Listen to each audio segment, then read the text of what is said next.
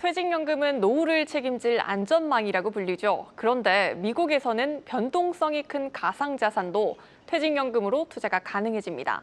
도널드 트럼프 미국 대통령이 미국 퇴직연금이 401k의 가상자산 투자를 허용하는 행정명령에 서명하면서 급물살을 타고 있는 겁니다. 오늘은 투자토크 증권부 조연 기자와 알아보도록 하겠습니다. 조 기자, 먼저 트럼프 대통령이 서명한 행정명령, 어떤 내용들이 담긴 건지 자세히 좀 짚어주시죠. 네, 트럼프 대통령은 지난 7일 미국 퇴직연금 401k의 대체자산 투자에 대한 가이드라인을 6개월 이내 재검토하라는 행정명령에 서명했습니다. 미국 퇴직연금자들의 노후자금 운용 방식을 크게 바꿀 것으로 보이는데요. 검토 대상으로 명시된 대체자산은 사모펀드와 부동산 투자, 인프라펀드, 그리고 금을 비롯한 원자재 투자와 가상자산까지 포함됐습니다. 행정명령을 보면 과도한 규제와 기회주의적 소송으로 투자 혁신이 위축되고 퇴직연금자들의 수익률은 낮은 수준에 머물러 있다는 이번 규제 개선의 목표가 담겨 있는데요. 앞서 트럼프 대통령은 취임 후 퇴직자금을 가상자산에 투자할 수 있도록 법적 조치를 마련했습니다만 수탁자, 그러니까 운용사들이 소송 우려로 대체자산을 사실상 담지 않고 있었습니다. 또 가상자산에 대해서는 미 노동부가 극도로 조심하라 이런 투자 지침도 있었고요. 그래서 이번 행정명령이 주목되는 것은 수탁자의 책임을 완화했다는 데 있습니다. 그러니까 행정명령에 따라 노동부와 재무부 그리고 증권거래위원회 등 유관기관들은 앞으로 6개월 이내에 규제 개선 이행에 착수하게 됩니다. 하지만 업계에서는 이보다 더 빠른 시일 내에 완료될 것으로 예상하고 있습니다. 하지만 미국에서도 우려의 목소리는 남아 있습니다. 가상자산 투자와 관련해서 퇴직연금자들이 어떤 보호장치를 갖게 될지는 불분명하다는 것인데요.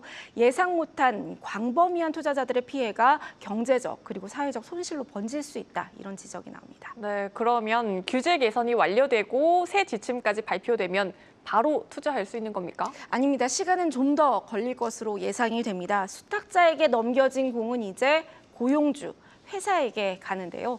각 고용주들은 대체자산 투자까지 포함하는 퇴직연금 플랜을 제공할지 이 여부를 결정해야 합니다.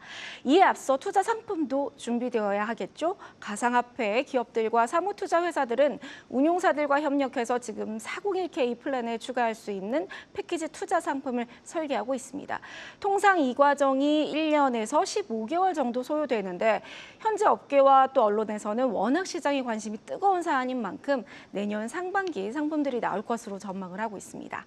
상품이 나오면 이를 취급하는 퇴직연금 사업자, 그러니까 피델리티나 뱅가드 같은 회사들이 내부 승인을 하는 작업이 필요하고 그 이후에는 기업들이 퇴직연금 옵션을 수정하는 작업이 또 필요합니다. 물론 얼마나 많은 기업들과 근로자들이 대체 자산에 투자할지 또 가상자산이 주 연금 상품으로 자리 잡기까지는 시간이 걸리겠지만 43조 달러에 달하는 미국 은퇴연금 시장이 열리기 시작하는 전환점이 될 것이란 전망입니다. 네, 결국 이번 401k 개편도 트럼프 대통령의 강력한 가상자산 제도권 편입의 일환으로 보여집니다. 그런데 한국만큼 장벽이 높은 일본에서조차 가상자산을 금융상품으로 인정하는 움직임이 굉장히 빨라지고 있다고요? 그렇습니다. 일본의 대표적인 금융그룹이죠. SBI 홀딩스가 비트코인과 리플, 이렇게 두 암호화폐를 포함한 ETF를 금융당국에 정식으로 제출한 것으로 알려졌습니다. 가상화폐 현물 ETF가 아니라 자산의 51%는 금에 투자하고 49%는 암호화폐에 배분하는 혼합형 상품입니다. 리플 현물 ETF는 아직 미국에도 상장되지 않았죠. 그 이유는 오랜 기간 이어져 온 미국 SEC와의 소송 때문인데요. 물론 SEC의 기조가 전향적으로 바뀌었고 또 소송도 끝났고 미국에서도 곧 한 9월에서 10월경 관련 상품을 만나볼 수 있을 예정입니다. 미국보다도 먼저 일본이 이렇게 속도를 내는 것은 일본에서 리플 기반 결제 솔루션이 대학권을 중심으로 활발하게 사용되고 있기 때문인데요. SBI 홀딩스뿐만이 아니라 다른 일본 금융사들도 가상화폐를 활용한 사업을 추진하고 있습니다. 또 일본에서는 최대 55%에 달하는 가상자산 거래로 얻은 이익에 대한 세금도 종합과세에서 분리과세로 전환을 검토하는 등 세제 개혁 논의도 본격화되고 있고 가상자산 관련해서 선물 ETF나 옵션 상품의 상장도 추진하고 있습니다.